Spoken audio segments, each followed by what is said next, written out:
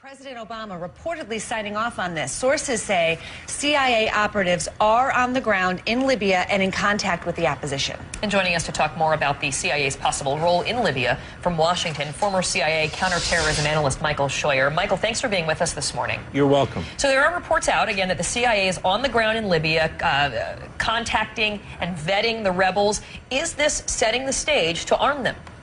I don't think there's any other possible reason for it, and the president clearly has sent the agency in to find out who he is supporting and to see what kind of material, human material, we would have to work with if the president decided to arm and train these people over the longer term. Yeah, but that's why you need to have the CIA, I presume, in there vetting, as we said, who are these people, who are the elements that are funding them or supporting them, who are the politically the most palatable and the least palatable among them. The White House saying that no decision has been made. I have a question for you as a CIA veteran, I guess. I mean, the fact that we even know about this, is that unusual? I mean, should we just assume that the CIA in this sort of a situation would, of course, be in there on the ground?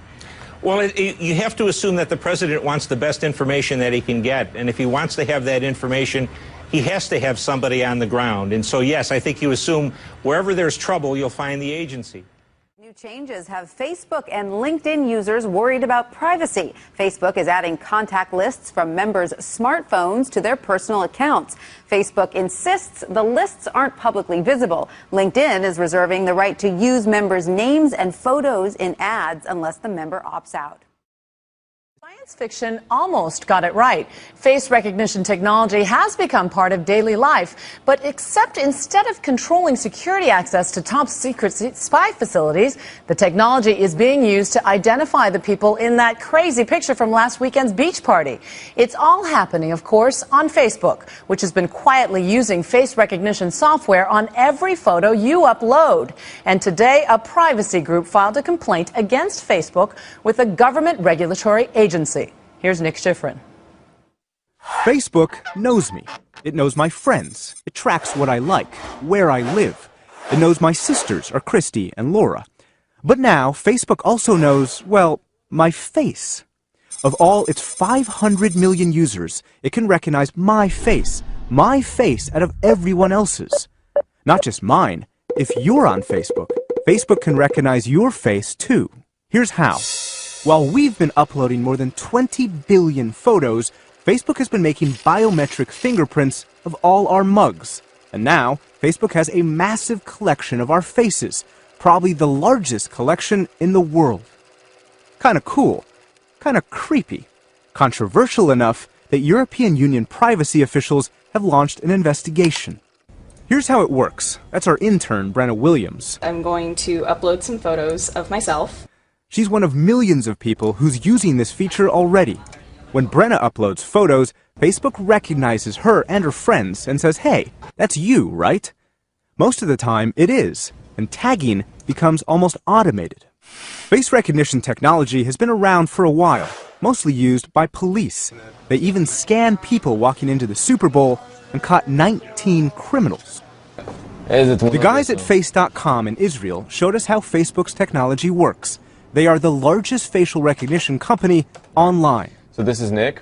And once they had my photo, the computer recognized me no matter where I was, every time. This is awesome to us. We're glad that there is a way to make face recognition work without scaring away people and by providing them the value without the creepy factor. Yes, it is kind of cool.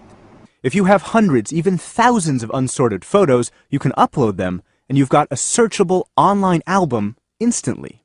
iPhoto and others already do that, but here's the difference. On iPhoto, the information stays on your computer. On Facebook, you and 500 million other people tag each other, and that stays online forever. There's something going on here that we didn't know about and probably didn't agree to, and that does cross the creepy line. Mark Rotenberg runs a privacy group. Today, it filed a complaint with the Federal Trade Commission that says Facebook uses this technology without considering the risk. There's so much that happens on Facebook that feels very open and transparent. We can see what we post on our walls. We can see the images in which we're tagged. But when it turns out that behind the curtain, Facebook is building a giant database.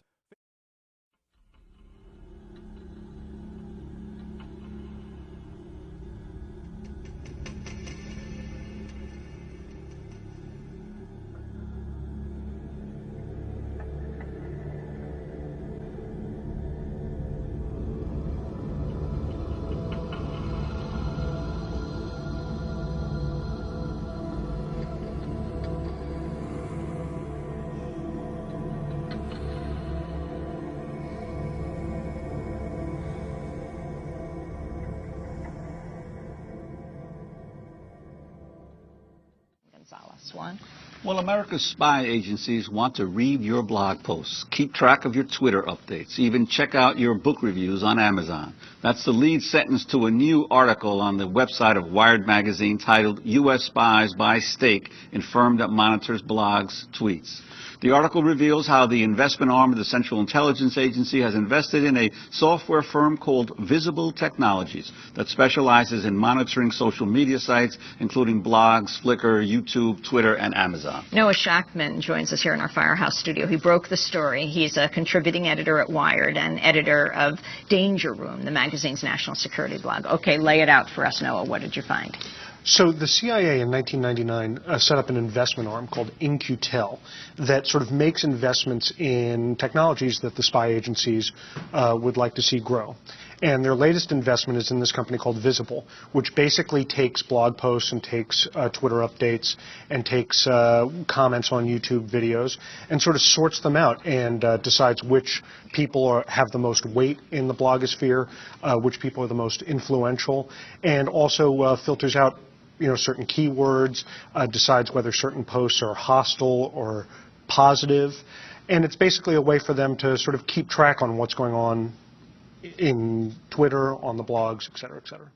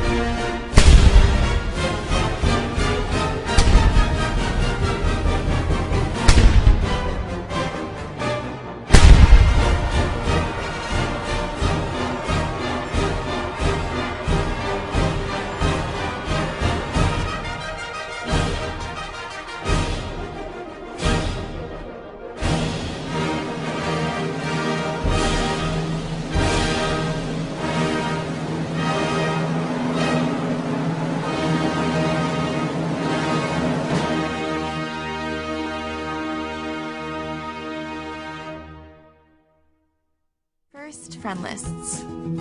With friend lists, it's easy to see just the updates you care about. For example, I created a list of my closest friends.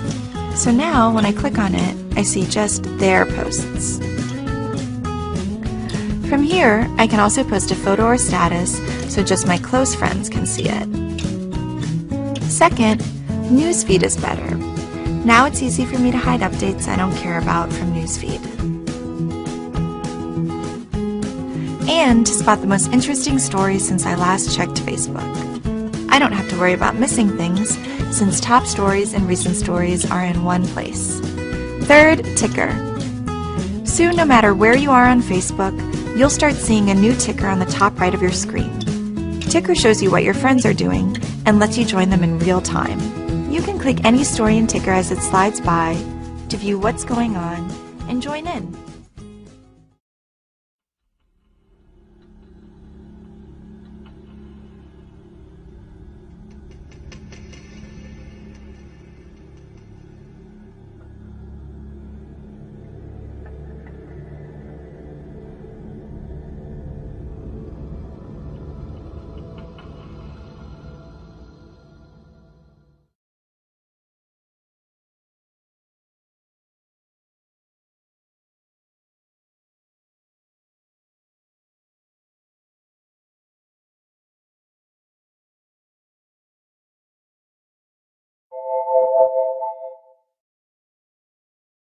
And joining us to talk more about the CIA's possible role in Libya from Washington, former CIA counterterrorism analyst Michael Scheuer. Michael, thanks for being with us this morning. You're welcome. So there are reports out, again, that the CIA is on the ground in Libya, contacting and vetting the rebels.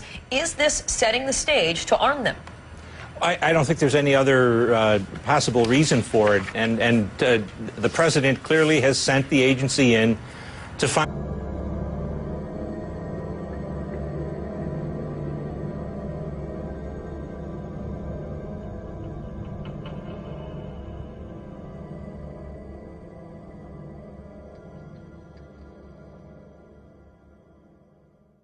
President Obama reportedly signing off on this. Sources say CIA operatives are on the ground in Libya and in contact with the opposition.